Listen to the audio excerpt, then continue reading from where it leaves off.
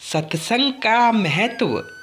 एक बार देवर्षि नारद भगवान विष्णु के पास गए और प्रणाम करते हुए बोले, भगवान मुझे सत्संग की महिमा सुनाइए।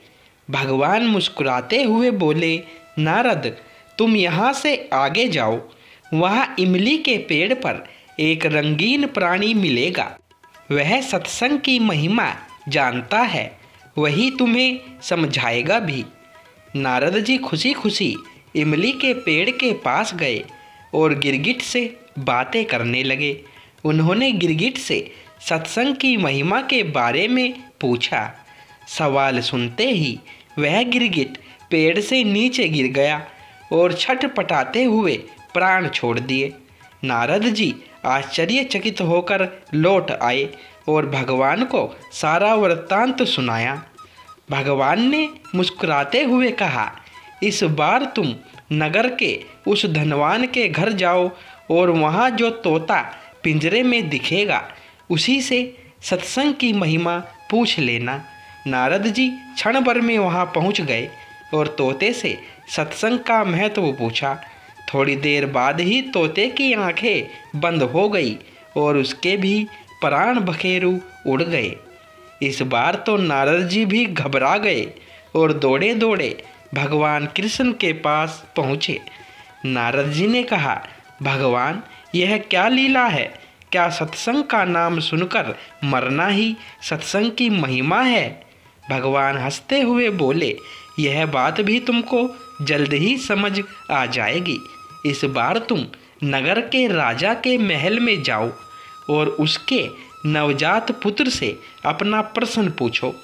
नारद जी तो थर थर कांपने लगे और बोले, अभी तक तो पक्षी ही अपने प्राण छोड़ रहे थे, इस बार अगर वह नवजात राजपुत्र मर गया तो राजा मुझे जिंदा नहीं छोड़ेगा। भगवान ने नारद जी को अभय दान दिया। नारद जी दिल मुट्ठी में रखकर राजमहल आ गए।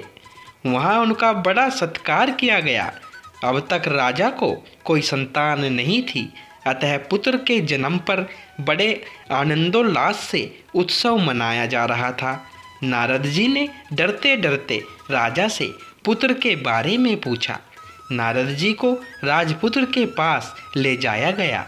पसीने से तर होते हुए मन ही मन श्री हरि का नाम लेते हुए नारद जी ने राजपुत्र से सत्संग की महिमा के बारे में प्रश्न किया तो वह नवजात शिशु हंस पड़ा और बोला, महाराज चंदन को अपनी सुगंध और अमृत को अपने माधुर्य का पता नहीं होता, ऐसे ही आप अपनी महिमा नहीं जानते, इसलिए मुझसे पूछ रहे हैं। वास्तव में आप ही के क्षण मात्र के संग से मैं गिरगिट की योनि से मुक्त हो गया और आप ही के दर्शन मात्र से तोते की श्रुत योनि से मुक्त होकर इस मनुष्य जन्म को पा सका।